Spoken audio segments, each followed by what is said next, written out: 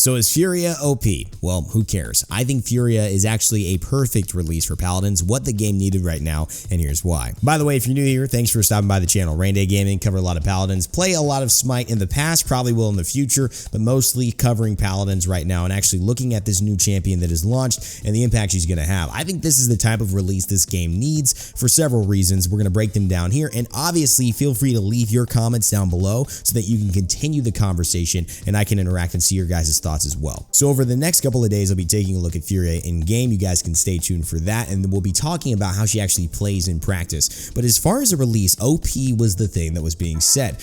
I know that this seems OP. A lot of the things that she does seem very strong. It doesn't look like she has a lot of inherent weaknesses. She has mobility, she has damage, she's got healing, she's got CC, she's got team amp. For support, it's everything you want and need. But why is that better than the opposite? Part of the real reason Furia is so fantastic as a release is because of her flexibility in the way she can be played. You could be very aggressive support, you can be a solo support, you could be a support that tags onto a lineup for the damage boost, plus playing aggro more like a Catalyst Pip, going and trying to stun enemies, using your weapon as a binary star Geno smite, because it essentially is a binary star Genos. I mean, it hits for 330, he hits for 360, she could damage buff herself by 30%, so she can hit more than that on her ultimate. It kind of evens out, and it does headshot, so giving you a lot of flexibility offensively, while also being able to just hide behind corners, play more of a Seris route, and heal from long ranges as well. You can go into her Celerity talent, which gives you an extra dash essentially on your Wings of Wrath. You can also go into her Soul Kindle talent, which allows you to heal up your allies for a little bit more of a burst if they are missing more health. All of this gives her options and ways for players at higher levels and lower levels to customize Furia in a way that supports what they like to do in Paladins and honestly what's most effective. From a high level perspective, she also shakes up the support meta, which is great to see others outside of the Grover Pips and outside of the Moldamba Genos. Sometimes Seris pops in,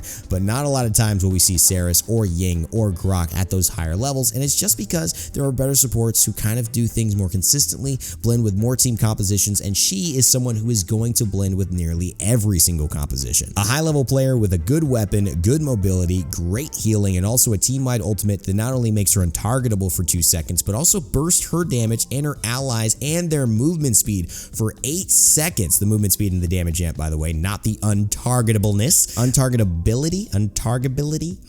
Target. Either way, you see what I'm saying. It's a boon to your team and something that you're going to want. So it's going to open up options. That makes the game fresher. It means you're going to see different compositions. You won't get bored as fast, and her cards augment her skills in a really cool way.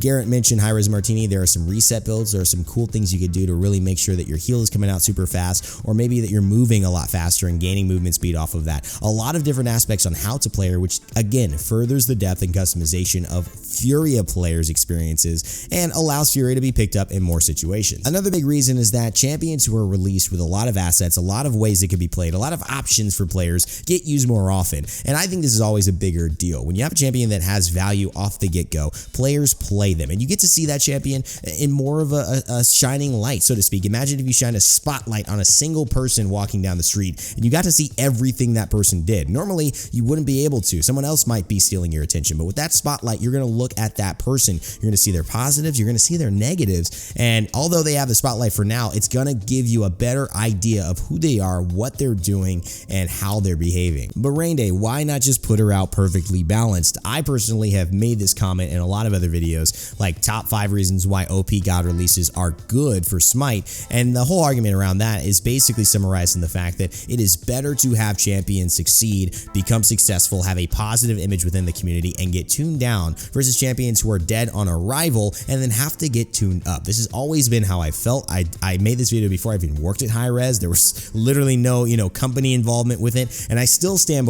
by that thought today because it gives a lot of feedback not only to developers but to players but to pros when they see a champion a lot as to what they really excel at, what they're so good at, and what they need to get tweaked on in response. This isn't to say that Furia needs a nerf. She might not. I mean, it's really hard to yell OP in Twitch chat or in Mixer chat and have a definitive answer until you play the champion. She is soon to be released, and again, we will be playing her. We will be talking about how these abilities work in practice, where we can expect to see her at high levels, but for now, I think this release is really coming at a great time. The other reason this release is so strong is because it comes filled with a huge backstory about Furia and Seris. Seris actually is Furia's sister, and these two have been mainstays for quite a while as far as the lore of Paladins, but we're now only seeing Seris and Furia's kind of origin story, which bring a lot of things together. The discussion around their town being destroyed, Seris kind of being owned and sacrificed to the abyss, and Furia kind of taking up the Pyre, which is those two elements fighting against one another, the good and the evil, the abyss, the Pyre and the abyss, so to speak.